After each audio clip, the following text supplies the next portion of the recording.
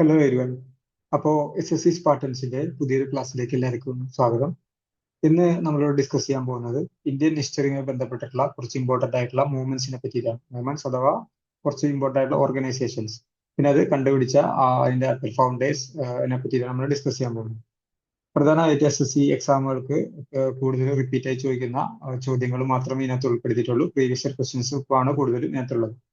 ഇത് നമ്മൾ 2 ക്ലാസ് ആയിട്ട് കംപ്ലീറ്റ് ചെയ്യാൻ തീരുമാനിക്കുന്നത്. ഏകദേശം 50ഓളം ഇമ്പോർട്ടന്റ് ആയിട്ടുള്ള റിഫോം മൂവ്മെന്റ്സിനെ പറ്റിയിട്ടും അതിന്റെ ഫൗണ്ടേഷനെ പറ്റിയാണ് ഡിസ്കസ് ചെയ്യുന്നത് നമ്മൾ. അപ്പോൾ 2 ക്ലാസ് ആയിട്ട് ഇത് കംപ്ലീറ്റ് ചെയ്യാം. നമുക്കിപ്പോൾ എന്തായാലും ക്ലാസ് സ്റ്റാർട്ട് ചെയ്യാം. ഓക്കെ, ഇതാണ് topic: Indian national movements and it's founders. ആരാണോ അതിന്റെ എക്സ്പോണൻസ് അവരെ പറ്റി നമ്മൾ ഡിസ്കസ് ചെയ്യും. ഇമ്പോർട്ടന്റ് ആയിട്ടുള്ള കുറച്ച് മൂവ്മെന്റ്സ് ഇതെല്ലാം ചോദിക്കുന്നതാണ്. നമ്മൾ ഏത് എക്സാം നോക്കിയാലും അതിനകത്ത് റിപ്പീറ്റ് ആയി ചോദിക്കുന്ന കുറച്ച് ചോദ്യങ്ങളാണ്. ഓക്കെ, അപ്പോൾ സ്റ്റാർട്ട് ചെയ്യാം. ഫസ്റ്റ് തന്നെ ഹരിദാസം മൂവ്മെന്റ്. ഹരിദാസം മൂവ്മെന്റിന്റെ ഫൗണ്ടർ എന്ന് പറയുന്നത് മാധവാചാര്യയാണ്. എന്താണ് ഹരിദാസ മൂവ്മെന്റ് കണ്ടുപിടിച്ചത്? മാധവാചാര്യയാണ്. അടുത്തത് പ്ലഡ്ജ് മൂവ്മെന്റ് ആണ്. പ്ലഡ്ജ് മൂവ്മെന്റ് ആര് കണ്ടുപിടിച്ചത്? NG റണാഡയും രഘുനാഥ് റാവു എന്ന് പറയുന്ന ആൾക്കാരാണ് പ്ലഡ്ജ് മൂവ്മെന്റ് കണ്ടുപിടിച്ചിട്ടുള്ളത്. നെക്സ്റ്റ് നാഷണൽ സോഷ്യൽ കോൺഫറൻസ് ആണ്. നാഷണൽ സോഷ്യൽ കോൺഫറൻസ് അതേപോലെ തന്നെ NG റണാഡയും അതേപോലെ തന്നെ രഘുനാഥ് റാവുവിന്റെ കണ്ടുപിടിച്ച ഒരു ഫ്രീഡം മൂവ്മെന്റ് ആണ് നാഷണൽ സോഷ്യൽ കോൺഫറൻസ്. ഇത് രണ്ടും നിങ്ങൾ ഒരുമിച്ച് പഠിച്ചാൽ മതി. പ്ലഡ്ജ് മൂവ്മെന്റും അതേപോലെ തന്നെ നാഷണൽ സോഷ്യൽ കോൺഫറൻസും രണ്ടിന്റെ എക്സ്പോണൻസ് എന്ന് പറഞ്ഞിട്ടുണ്ടെങ്കിൽ സെയിം ആണ്. NG റണാഡെ അതേപോലെ തന്നെ രഘുനാഥ് റാവു ആണ്.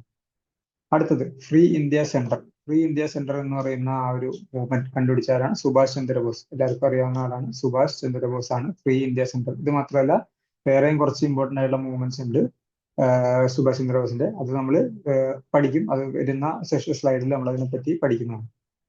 അടുത്തതായിട്ട് ഇന്ത്യൻ ഹോം റൂൾ ലീഗാണ്. ഇന്ത്യൻ ഹോം റൂൾ ലീഗിന്റെ ഫൗണ്ടർ എന്ന് പറയുന്ന ആരാ? ആനി ബസന്റും ബാലഗംഗാധർ തിലക്കുമാണ്. ഏത് വർഷമാണ് കണ്ടുപിടിച്ചിട്ടുള്ളത്? 1916 ആ ഒരു മൂവ്മെന്റ് സ്റ്റാർട്ട് ചെയ്തിട്ടുള്ളത്, ഹോം റൂൾ ലീഗ്. അതുപോലെ തന്നെ സിമിലർ പേരുള്ള ഒരു റിഫോം മൂവ്മെന്റ് ആണ് Indian home rule society. Indian home rule society ആരാ കണ്ടുപിടിച്ചത്? ശ്യാംജി കൃഷ്ണ വർമ്മയാണ് ഇന്ത്യൻ ഹോം റൂൾ സൊസൈറ്റി കണ്ടുപിടിച്ചത്. അപ്പോൾ ഹോം റൂൾ ലീഗ് ചോദിക്കുകയാണെങ്കിൽ ആനി ബസന്റും ബാലഗംഗാധർ തിലക്കും, ഇന്ത്യൻ ഹോം റൂൾ സൊസൈറ്റി ചോദിക്കുകയാണെങ്കിൽ ശ്യാംജി കൃഷ്ണ വർമ്മ. രണ്ടും ഒരുമിച്ച് പഠിക്കുക. പിന്നെ വർഷം അതേപോലെ തന്നെ നോക്കുക. അങ്ങനെയും ചോദിക്കാറുണ്ട്. ഹോം റൂൾ ലീഗ് ഏത് വർഷമാണ് സ്റ്റാർട്ട് ചെയ്തത്, അല്ലെങ്കിൽ ആനി ബസന്റും ബാലഗംഗാധർ തിലക്കും കൂടി സ്റ്റാർട്ട് ചെയ്ത ഹോം റൂൾ മൂവ്മെന്റ് ഏത് വർഷം സ്റ്റാർട്ട് ചെയ്ത് നോക്കും? 1916. അടുത്തതായിട്ട് ഇന്ത്യൻ ഇൻഡിപെൻഡൻസ് ലീഗാണ്. ഇന്ത്യൻ ഇൻഡിപെൻഡൻസ് ലീഗ് കണ്ടുപിടിച്ച ആരാണ്? ആ ഒരു മൂവ്മെന്റ് സ്റ്റാർട്ട് ചെയ്ത റാഷ് ബഹരി ബോസ് ആണ്. ഏത് വർഷം? 1942 ആ ഒരു മൂവ്മെന്റ് സ്റ്റാർട്ട് ചെയ്തത്. എവിടെ വെച്ചാണ് അത് സ്റ്റാർട്ട് ചെയ്തത്? ജപ്പാനിൽ വെച്ചിട്ടാണ്. അപ്പൊ അത് ഇന്ത്യയിൽ വെച്ചിട്ടല്ല. ഈ ഒരു എന്താ പറയാ, ഒരു ഓർഗനൈസേഷൻ അഥവാ ആ ഒരു മൂവ്മെന്റ് സ്റ്റാർട്ട് ചെയ്തത് ജപ്പാനിൽ വെച്ചിട്ടാണ്. ആരാണ്? Rash Behari boss. 1942 ആണ് ഇന്ത്യൻ ഇൻഡിപെൻഡൻസ് ലീഗ് സ്റ്റാർട്ട് ചെയ്തത്. അടുത്തത് ഇൻഡിപെൻഡൻസ് ഫോർ ഇന്ത്യ ലീഗാണ്. ഇൻഡിപെൻഡൻസ് ഫോർ ഇന്ത്യ ലീഗ് എന്ന് പറയുമ്പോൾ ഇതേപോലെ തന്നെ സിമിലർ ആയിട്ടുള്ള പേരാണ്, കൺഫ്യൂസ് ആവരുത്. രണ്ടും വെവ്വേറെ മൂവ്മെന്റുകളാണ്. അതുപോലെ തന്നെ അതിന്റെ എക്സ്പോണന്റ് എന്ന് പറഞ്ഞത് വേറെ ആൾക്കാരാണ്. ഇത് കുറച്ചുകൂടി മുമ്പാണ്, 1928 ഇത് സ്റ്റാർട്ട് ചെയ്തിട്ടുള്ളത്. ഇൻഡിപെൻഡൻസ് ഫോർ ഇന്ത്യ ലീഗ് എന്ന് പറയുന്നത് ജവഹർലാൽ നെഹ്റുവും സുഭാഷ് ചന്ദ്രബോസും അതേപോലെ തന്നെ ശ്രീനിവാസ് അയ്യങ്കർ, ഇവർ 3 പേരും ചേർന്നാണ് സ്റ്റാർട്ട് ചെയ്തിട്ടുള്ളത്. ആ ഒരു സൈമൺ കമ്മീഷന്റെ ഒക്കെ ടൈമിൽ വെച്ചിട്ട് ഇന്ത്യൻ ഇൻഡിപെൻഡൻസിന് വേണ്ടിയിട്ടുള്ള അതിനെ എയിം ചെയ്തുകൊണ്ടുള്ള ഒരു മൂവ്മെന്റ് സ്റ്റാർട്ട് ചെയ്തതാണ്. ആരൊക്കെയാണ്? ജവഹർലാൽ നെഹ്റു, സുഭാഷ് ചന്ദ്രബോസും അതേപോലെ തന്നെ ശ്രീനിവാസ് അയ്യങ്കർ. ഈ ഒരു മൂവ്മെന്റിന്റെ അഥവാ ഈ ഒരു ഓർഗനൈസേഷന്റെ പ്രസിഡന്റ് ആയിട്ട് സെലക്ട് ചെയ്തിട്ടുള്ള ആരായിരുന്നു? ശ്രീനിവാസ അയ്യങ്കറിനെയാണ് സെലക്ട് ചെയ്തിട്ടുണ്ടായിരുന്നത്. അടുത്തത് ഹിന്ദുസ്ഥാൻ റിപ്പബ്ലിക് അസോസിയേഷൻ. ഇത് രണ്ടും വളരെ ഇമ്പോർട്ടന്റ് ആണ്. ഹിന്ദുസ്ഥാൻ റിപ്പബ്ലിക്കൻ അസോസിയേഷൻ എന്ന് പറഞ്ഞിട്ടുണ്ടെങ്കിൽ 1924 സച്ചീന്ദ്രനാഥ് സന്യാലും മോഹൻ സിംഗും പ്രത്തുൽ ഗാംഗുലിയും കൂടി സ്റ്റാർട്ട് ചെയ്തിട്ടുള്ളതാണ്. ഇമ്പോർട്ടന്റ് ആണ്, ചോദിച്ചിട്ടുള്ളതാണ്. 3 പേരുടെ പേര് ഓർത്തിരിക്കുക: സച്ചീന്ദ്രനാഥ് സന്യൽ, മോഹൻ സെൻ ആൻഡ് പ്രത്തുൽ ഗാംഗുലി. ഇവർ 3 പേരും കൂടി 1924 സ്റ്റാർട്ട് ചെയ്തിട്ടുള്ള മൂവ്മെന്റ് ആണ് ഹിന്ദുസ്ഥാൻ റിപ്പബ്ലിക് അസോസിയേഷൻ. പിന്നീട് ഈ സെയിം ഓർഗനൈസേഷൻ, ഈ സെയിം അസോസിയേഷനെ ചന്ദ്രശേഖർ ആസാദും അതേപോലെ ഭഗത് സിംഗും കൂടി ചേർന്ന് ചെറിയൊരു അമെന്റ്മെന്റ് വരുത്തിയിട്ട് ഹിന്ദുസ്ഥാൻ സോഷ്യലിസ്റ്റ് റിപ്പബ്ലിക്കൻ ആർമി എന്നുള്ള പേരിൽ അറിയപ്പെട്ടു. അതായത് ഈ ഒരു മൂവ്മെന്റ് തന്നെ പിൽക്കാലത്ത് 1928 Hindustan socialist Republican army, socialist എന്നുള്ള ആ ഒരു കോൺസെപ്റ്റും കൂടി ഇതിനകത്ത് ഉൾപ്പെടുത്തിക്കൊണ്ട് ചന്ദ്രശേഖർ ആസാദും അതുപോലെ ഭഗത് സിംഗും ഹിന്ദുസ്ഥാൻ സോഷ്യലിസ്റ്റ് റിപ്പബ്ലിക്കൻ ആർമി രൂപീകരിച്ചു 1928. ഇമ്പോർട്ടന്റ് ആണ്, ഇത് രണ്ടും വളരെ ഇമ്പോർട്ടന്റ് ആണ്. അടുത്തത് സർദാർ സദൻ. സർദാർ സദൻ കണ്ടുപിടിച്ച ആരാണ്? പണ്ഡിത് രമാബായി ആണ് സർദാർ സദൻ കണ്ടുപിടിച്ചത്. അടുത്തത് സേവാസദനാണ്. സേവാസദൻ കണ്ടുപിടിച്ച ആരാണ്? ബ്രഹ്മാജി മലബാരി ആൻഡ് ദിവാൻ ഗുഡുമലാണ് കണ്ടുപിടിച്ചത്. ബ്രഹ്മാജി മലബാരി ആൻഡ് ദിവാൻ ഗുഡുമൽ. വർഷം നോക്കുക 1908. അടുത്തത് സംഘട് സഭ. സംഘട് സഭ കണ്ടുപിടിച്ച ആരാണ്? കേശവ് ചന്ദ്ര സെൻ ആണ് സംഘട് സഭ കണ്ടുപിടിച്ചത്. അടുത്ത സ്ലൈഡിലോട്ട് പോവാം.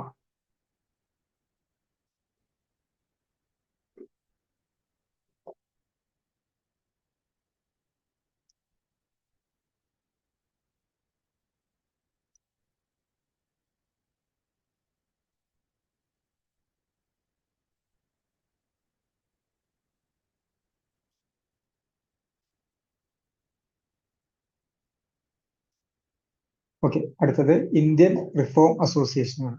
ഇന്ത്യൻ റിഫോം അസോസിയേഷൻ കണ്ടുപിടിച്ചത് കേശവ് ചന്ദ്ര സെൻ ആണ്. കേശവ് ചന്ദ്ര സെനുമായി ബന്ധപ്പെട്ട് രണ്ട് അസോസിയേഷൻ നമ്മൾ പഠിച്ചു. ഏതാണ്? ഒന്ന് സംഘട് സഭയും അതേപോലെ തന്നെ ഒന്ന് ഇന്ത്യൻ റിഫോം അസോസിയേഷൻ. രണ്ടും ഒരുമിച്ച് പഠിക്കുക. കേശവ് ചന്ദ്ര സെനുമായി ബന്ധപ്പെട്ടിട്ടുള്ള അസോസിയേഷൻസ് ഏതൊക്കെയാണ്?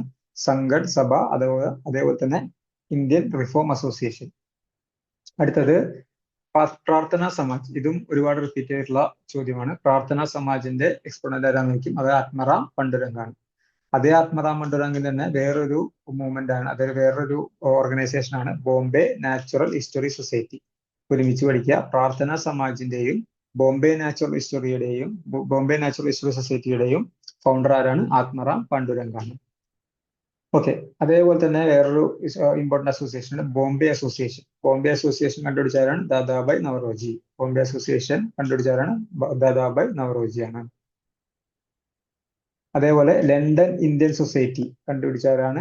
ദാദാബായ് നവറോജി എന്നാണ്. വർഷം കൂടി ശ്രദ്ധിക്കുക, 1865. ഒപ്പം ഇതും കൂടി പഠിക്കുക. ഈസ്റ്റ് ഇന്ത്യ അസോസിയേഷൻ അത് തൊട്ടടുത്ത വർഷം 1866 ദാദാബായ് നവറോജി കണ്ടുപിടിച്ചാണ്. ഇത് മൂന്നും അപ്പൊ ആരുടെയാണ്? ദാദാബായ് നവറോജിയുടെ ഇമ്പോർട്ടന്റ് ആയിട്ടുള്ള അസോസിയേഷനുകളാണ്.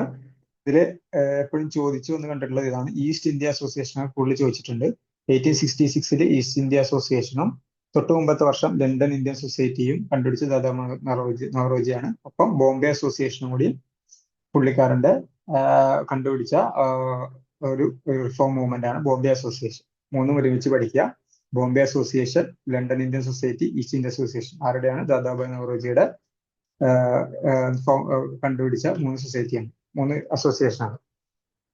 അടുത്തത് ഇന്ത്യൻ നാഷണൽ ആർമി. വളരെ ഇമ്പോർട്ടന്റ് ആണ്. കണ്ടുപിടിച്ച ആരാണ്? മോഹൻ സിംഗും റഷ് ബഹരി ബോസുമാണ് കണ്ടുപിടിച്ചത്. ഇന്ത്യൻ നാഷണൽ ആർമി എന്ന് പറയുന്ന ആ ഒരു ഓർഗനൈസേഷൻ, ആ ഒരു കൂട്ടായ്മ സ്റ്റാർട്ട് ചെയ്ത് ശരിക്കും ആക്ച്വലി അത് കണ്ടുപിടിച്ചത് മോഹൻ സിംഗ് ആണ്. പിന്നീട് അത് റഷ് ബഹരി ബോസ് ഏറ്റെടുത്തു. അതിനുശേഷം പിന്നീട് അത് സുഭാഷ് ചന്ദ്രബോസ് പിന്നീട് ഏറ്റെടുക്കാനുണ്ടായിരുന്നു. അപ്പോൾ എക്സ്പോണന്റ് ആരാന്ന് വെച്ചിട്ടുണ്ടെങ്കിൽ ഇവർ രണ്ടുപേരും പേര് നോക്കുന്നത് മോഹൻ സിംഗും റഷ് ബഹരി ബോസ്. പിൽക്കാലത്ത് അത് 1942 43 കറക്റ്റ് ഓർമ്മയില്ല, ആ ഒരു വർഷം അത് എന്താ പറയുക അവരുടെ അത് ഏറ്റെടുത്തത്. അതിന്റെ ആ ഒരു പ്രസിഡന്റ് എന്നുള്ള ആ ഒരു സ്ഥാനം ഏറ്റെടുത്ത ആരാണ്? സുഭാഷ് ചന്ദ്രബോസാണ്. ലീഡർ എന്നുള്ള രീതിയിൽ വന്നത് സുഭാഷ് ചന്ദ്രബോസാണ്. അടുത്തത് Indian national association. Indian national association കണ്ടുപിടിച്ചാരാണ്? സുരേന്ദ്രനാഥ് ബാനർജിയാണ്. 1870. വളരെ ഇമ്പോർട്ടന്റ് ആണ്, ഒരുപാട് തവണ ചോദിച്ചിട്ടുണ്ട്. ഇന്ത്യൻ നാഷണൽ അസോസിയേഷൻ കണ്ടുപിടിച്ചാരാണ്? സുരേന്ദ്രനാഥ് ബാനർജി. അടുത്തത് AITUC. എന്താണ് AITUCയുടെ full form? All India trade union Congress ആണ്. All India trade union Congress. ആരാ കണ്ടുപിടിച്ചത്? ലാലാ ലജ്പത് റായ് ആൻഡ് NM ജോഷിയാണ് കണ്ടുപിടിച്ചത്. Lala Lajpat Rai and NM Joshi.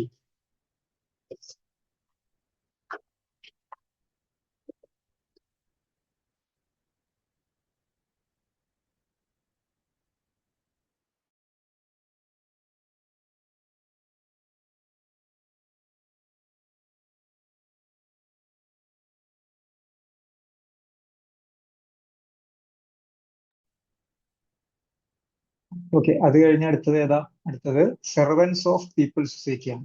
Servants of people society. ഇവിടെ ഓരോ കീ വേർഡ്സ് നിങ്ങൾ ശ്രദ്ധിച്ചു കഴിഞ്ഞാൽ കുറച്ച് എളുപ്പമായിരിക്കും, കൺഫ്യൂഷൻ മാറാൻ വേണ്ടിയിട്ടാണ്. സെർവൻസ് ഓഫ് പീപ്പിൾ സൊസൈറ്റിയാണ് ചോദിക്കുന്നത്. കണ്ടുപിടിച്ച ആരാണ്? ലാലാ ലജ്പത് റായ് ആണ് കണ്ടുപിടിച്ചത്.